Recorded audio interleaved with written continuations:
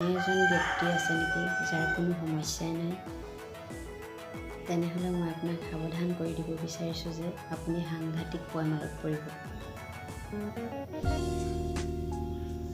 নমস্কাৰ, জুলিছ মেণ্ডলৈ সকলোকে পুনৰবাৰ স্বাগতম জনাইছোঁ মোৰ অন্য এটি নতুন ভিডিঅ'ৰ সৈতে। সকলোৱে বাৰু ভালে কুশলে আছেনে? আশা কৰিছোঁ সকলোৱে ভালে কুশলে আছে। আচলতে কৰোনাৰ এই জটিল পৰিস্থিতিৰ সময়ত সকলোৱে শৰীৰ সুস্থ হৈ থকাটোৱে আচলতে আটাইতকৈ ডাঙৰ কথা। পৰিস্থিতি পুনৰ আগৰ অৱস্থালৈ ঘূৰি নহা পৰ্যন্ত সকলোৱে ঘৰতে থাকক, সুস্থ থাকক।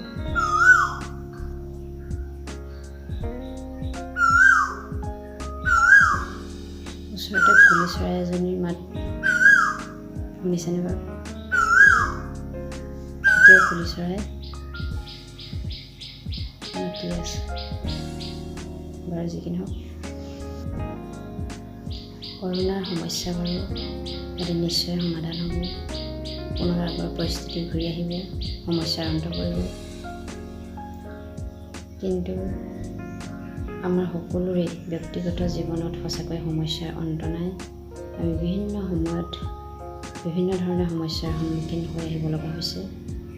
কিন্তু আপোনালোকৰে মাজৰে পৰা এনে এজন ব্যক্তি আছে নেকি যাৰ কোনো সমস্যাই নাই, তেনেহ'লে মই আপোনাক সাৱধান কৰি দিব বিচাৰিছোঁ যে আপুনি সাংঘাতিক পয়মালত পৰিব। এই ক্ষেত্ৰত মই আপোনাক যিটো পৰামৰ্শ দিম সি হ'ল, আপুনি পোনে পোনে ঘৰলৈ গৈ ৰুমৰ দুৱাৰ খিৰিকী বন্ধ কৰি ঈশ্বৰৰ ওচৰত প্ৰাৰ্থনা কৰক যে হে ঈশ্বৰ, মোক কিছু সমস্যাৰ সৃষ্টি কৰি দিয়া। এই কথা আচলতে মই কোৱা নাই, এই কথাখিনি এই কিতাপখনতহে লিখা আছে। কিতাপখন লিখিছে নৰ্মেন ভিনচেণ্ট পিল আৰু কিতাপখনৰ নাম হৈছে সাফল্যৰ সংবাদ। অনুবাদ কৰিছে আমিনুৰ ৰহমানে।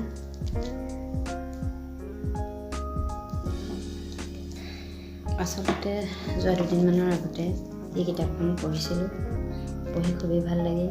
সেইবাবে ভাবিলোঁ কিতাপখনৰ কথা আপোনালোকৰ লগতো শ্বেয়াৰ কৰোঁ। আচলতে মোৰ সকলোখিনি ভাল লগা বেয়া লগা আপোনালোকৰ লগত ভৱিষ্যতেও শ্বেয়াৰ কৰি যাম। আহক এতিয়া কিতাপখন এবাৰ চাই লওঁ আৰু ভিডিঅ'টি ষ্টাৰ্ট কৰোঁ। প্ৰিয় দৰ্শকসকল, কিতাপখন হ'ল এইখন। কিতাপৰ নাম আৰু লিখকৰ কথা আপোনালোকক কৈছোঁৱেই। কিতাপখনৰ ভলিউমটো সৰু বুলিয়েই ক'ব লাগিব। 120 পৃষ্ঠাৰ কিতাপ হয় আৰু কিতাপখনৰ মূল্য হৈছে 70 টকা।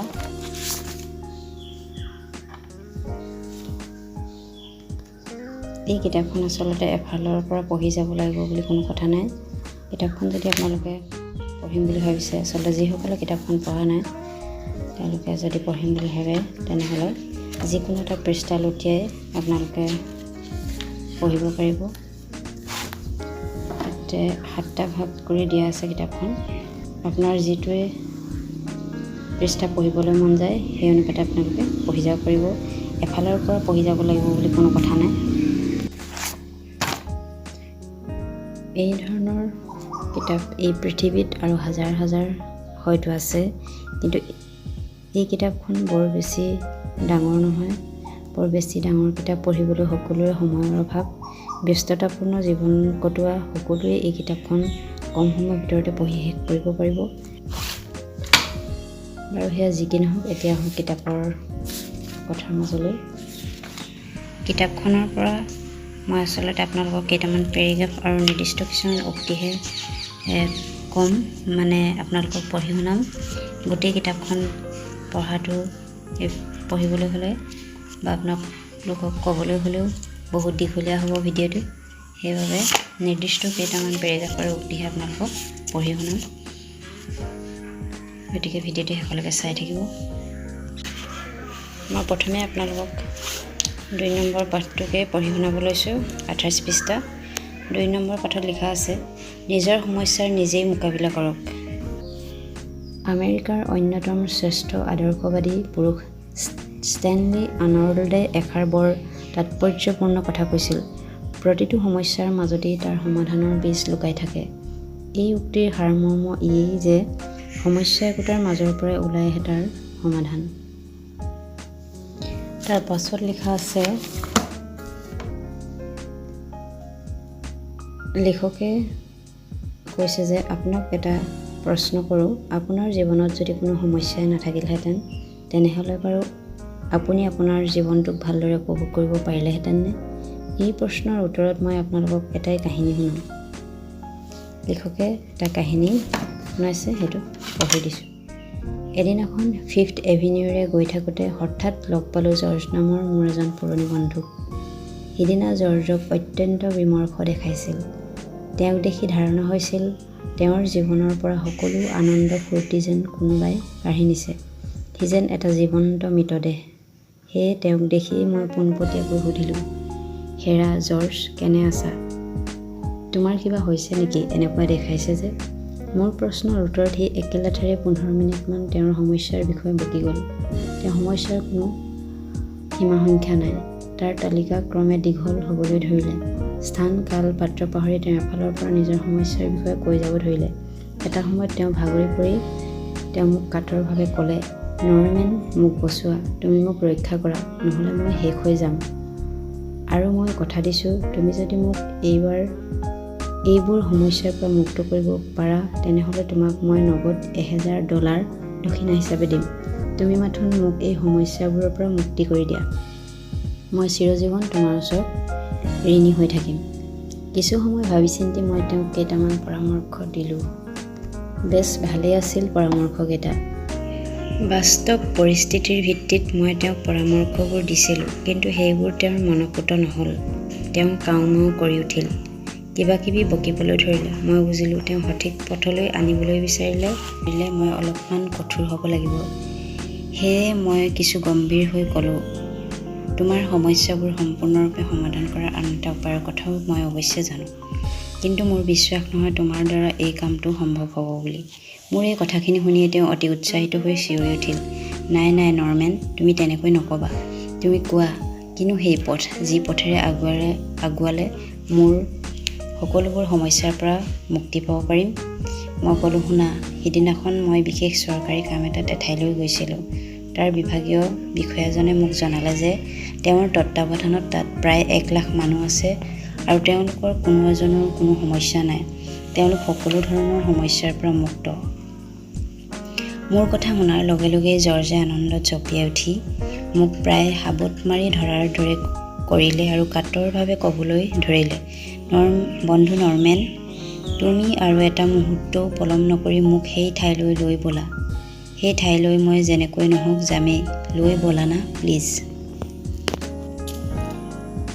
মই লাহেকৈ ক'লোঁ, ঠিক আছে, তোমাৰ যদি ইমানেই আগ্ৰহ, মোৰনো তাত ক'বলৈ কিটো আছে। পিছে বন্ধু, ঠাইডোখৰৰ নাম হ'লে তুমি মোক এতিয়ালৈকে এবাৰো সোধা নাই। জৰ্জে মোৰ ফালে অপৰাধৰ দৰে চাই থাকিল। ময়ো তেওঁক কোনো কথা ক'বলৈ সুযোগ নিদি আকৌ ক'লোঁ, ঠাইডোখৰৰ নাম কবৰস্থান। তাৰ পিছতো জৰ্জে মোক একোকে নকৈ একেথৰে কিছু সময় মোৰ চকুৰ ফালে চাই থাকি এটা সময়ত মোৰ হাত এখন জোৰেৰে চেপি ধৰিলে। তাৰ মুখমণ্ডলত ফুটি উঠিল এটা উজ্জ্বল আভা। সি যেন মোক ক'ব বিচাৰিছে, ঠিকেই নৰমেন, তুমি ঠিকেই কৈছা। জীৱন্ত মানুহৰহে সমস্যা থাকে, মৃতকৰ কোনো সমস্যা নাথাকে। মই যিহেতু জীৱন্ত মানুহ, সেয়ে মোৰো সমস্যা থাকিব। মোৰ কাম হ'ল সেই সমস্যাবোৰৰ মোকাবিলা কৰা, সেইবোৰৰ চক্ৰবেহুৰ পৰা ওলাই অহাৰ বাটৰ সন্ধান কৰা। তাতেই প্ৰকাশ পাব মানুহ হিচাপে মোৰ মহত্ব। তাৰপিছত জৰ্জ দৃঢ় পদক্ষেপেৰে আঁতৰি গ'ল। মই আকৌ দেখিবলৈ পালোঁ মোৰ সেই পুৰণি বন্ধু চিৰ উৎফুল্ল জৰ্জক। মোৰ মনটো ভাল লাগি গ'ল। এইখিনিতে সেই কাহিনীটো অন্ত পৰিছে। তাৰ পিছৰ পেৰেগ্ৰাফত লিখা আছে, জীৱন থাকে মানে সমস্যা থাকিবই। এটা কথা সদায় মনত ৰাখিব, সমস্যা হ'ল জীৱনৰ অংগ আৰু প্ৰকৃতাৰ্থত ই জীৱনৰ চিহ্নও। সেয়েহে মই সদায় কৈ আহিছোঁ আৰু আগলৈও কৈ থাকিম যে জীৱনত যিমান বেছি সমস্যা আহিব আপুনি সিমান বেছি দিন জীয়াই থাকিব। সি আপোনাক সজীৱো কৰি ৰাখিব। উদাহৰণ হিচাপে কওঁ, যিজন ব্যক্তিৰ 10 গুণ বেছি জটিল সমস্যা থাকে তেওঁ তেওঁতকৈ আধা সমস্যাত জৰ্জৰিত কোনো ব্যক্তিতকৈ 2 গুণ বেছি সজীৱ। তেওঁৰ জীৱন শক্তিও বহুগুণে বেছি থাকে। ইয়াৰ পাছত মই 31 পৃষ্ঠাৰ অন্য এটা পেৰেগ্ৰাফ পঢ়িছোঁ। বিখ্যাত বিজ্ঞানী তথা গৱেষক Charles F catering general motor কোম্পানীত তেওঁৰ গৱেষণাগাৰৰ দেৱালত এখন বৰ্ড আঁৰি লৈছিল, য'ত লিখা আছিল, আপোনাৰ সহজ সাফল্যৰ কাহিনী মোক শুনাব নিবিচাৰিব, কাৰণ সি মোক দুৰ্বল কৰি তুলিব পাৰে। আপোনালোকৰ সমস্যাৰ কথাবোৰেই মাথোন মোৰ আগত প্ৰকাশ কৰিব, কাৰণ সেইবোৰে মোক মনোবল যোগায়। বিজ্ঞানী কেটাৰিঙে কথাখিনি লিখি থৈছিল তেওঁৰ সহকৰ্মীসকলৰ উদ্দেশ্যে। এজন মানুহ মানসিকভাৱে প্ৰকৃততে কিমান সজীৱ তাক সঠিকভাৱে জানিব পাৰি সমস্যাৰ সৈতে মুখামুখি হোৱাৰ সময়ত তেওঁৰ প্ৰতিক্ৰিয়া লক্ষ্য কৰি।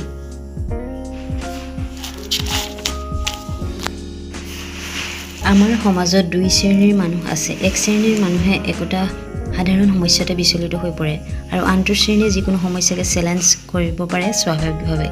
জীৱনত উন্নতি কৰিব পাৰে মাথোন এই দ্বিতীয় শ্ৰেণীৰ মানুহখিনিয়েহে। এই শ্ৰেণীৰ মানুহে মৰিও অমৰ হৈ থাকিব পাৰে।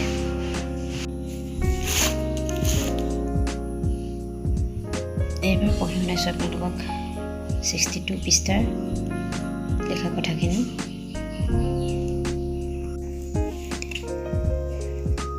যিসকলে মানসিক চাপ আৰু উদ্বেগ অতিক্ৰম কৰি নিজৰ বাটেদি আগুৱাই যাব বিচাৰে, তেওঁলোকৰ বাবে কিছু নীতি মানি চলাৰ পৰামৰ্শ লেখকে দিব বিচাৰিছে। 1 নম্বৰ হ'ল, কোনো কাৰণতে আপুনি উদ্বেগক প্ৰশ্ৰয় নিদিব। আপুনি উদ্বেগৰ পৰা পৰিত্ৰাণ পাব পাৰে যদিহে আপুনি ভাবে যে অন্যান্য সকলৰ দৰে আপুনিও পাৰিব।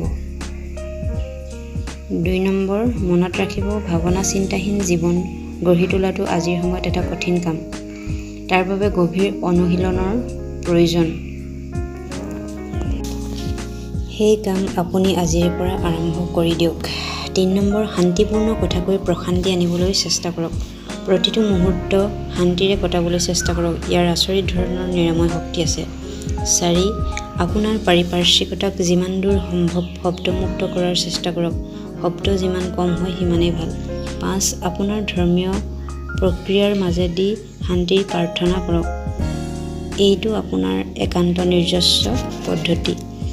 6, নিজৰ অন্তৰৰ ভিতৰখন চোৱাৰ চেষ্টা কৰক আৰু উদ্বেগৰ কাৰণ বিচাৰি উলিয়াওক। 7, অৱচেতন মনত অস্তিত্বৰ উৎস সন্ধানৰ চেষ্টা চলাওক। যিকোনো ধৰণৰ অস্বাস্থ্যকৰ ভাৱ মনৰ পৰা মোহাৰি পেলোৱাৰ চেষ্টা কৰক। 8, খৰখেদা নকৰিব। 9, ঈশ্বৰৰ প্ৰতি বিশ্বাস ৰাখক আৰু নিজৰ পথত ধীৰ স্থিৰভাৱে চলিবলৈ চেষ্টা কৰক।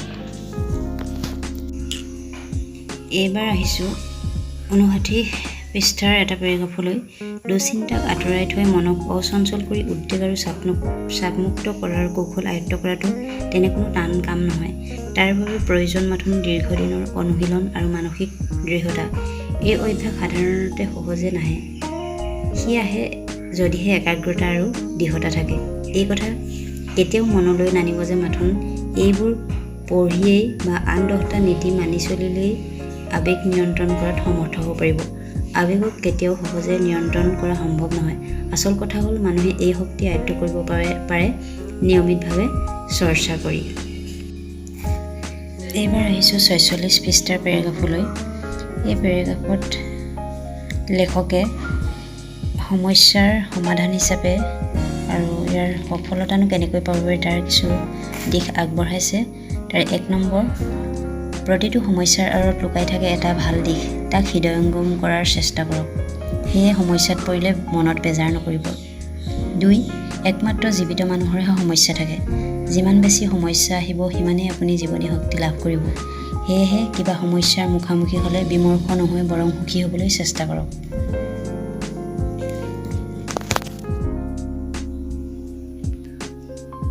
3, আপোনাৰ সমস্যাৰ প্ৰকৃতি সম্পৰ্কে গভীৰভাৱে অধ্যয়ন কৰক। সমস্যাৰ প্ৰকৃতি সম্পৰ্কে জানিলে তাৰ সমাধানো সহজ হৈ যায়। 4, কোনো সমস্যা দেখা দিলে আৱেগত ভাহি নগৈ মনক শান্ত ৰাখক। 5, উত্তেজিত হৈ থাকিলে কোনো সঠিক কাম কৰিব নোৱাৰে। মনে যথাযথভাৱে তেতিয়াহে কাম কৰিব পাৰে যেতিয়া সি শান্ত অৱস্থাত থাকে। বাস্তৱ তথ্যৰে মন তেতিয়াহে পৰিপূৰ্ণ হৈ থাকে যেতিয়া সি শীতল অৱস্থাত থাকে। আৰু বাস্তৱ তথ্য সমৃদ্ধ নোহোৱাকৈ মনে সঠিক কাম কৰিব নোৱাৰে। 6, সঠিকভাৱে চিন্তা কৰাৰ চেষ্টা কৰক। সাফল্যৰ সূত্ৰ আপোনাৰ মাজতেই লুকাই আছে। 7, মনত এই বিশ্বাস ৰাখক যে আপুনিও পাৰিব। লগতে এই বিশ্বাসো সজীৱ ৰাখক যে আপোনাৰ সমস্যাৰ সমাধান সম্ভৱ। মনত ৰাখিব, বিশ্বাসেৰেহে সজীৱ মনৰ মানুহৰ জীৱনতহে অসাধাৰণ ঘটনাবোৰ ঘটে। সেয়ে মনত বিশ্বাস ৰাখক, প্ৰতিদান এদিন পাবই পাব।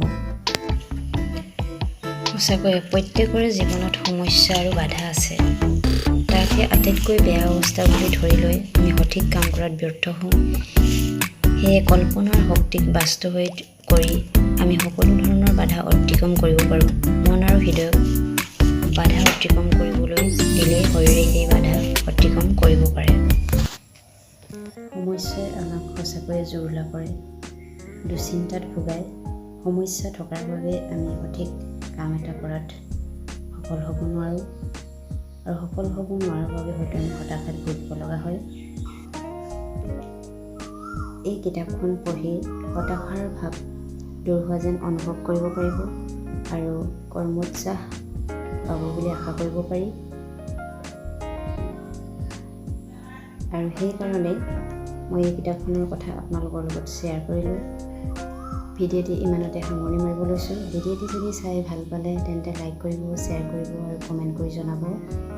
ভিডিঅ'টি শেষলৈকে চোৱাৰ বাবে বহুত বহুত ধন্যবাদ।